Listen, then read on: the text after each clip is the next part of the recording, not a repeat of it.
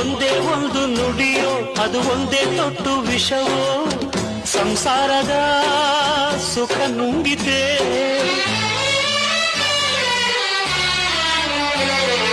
ಶಾಂತಿಯನ್ನು ಕಲಗಿ ಅನುಬಂಧವನ್ನೇ ಕೆಣಗಿ ಆನಂದವೇ ಮರೆಯಾಯಿದೆ.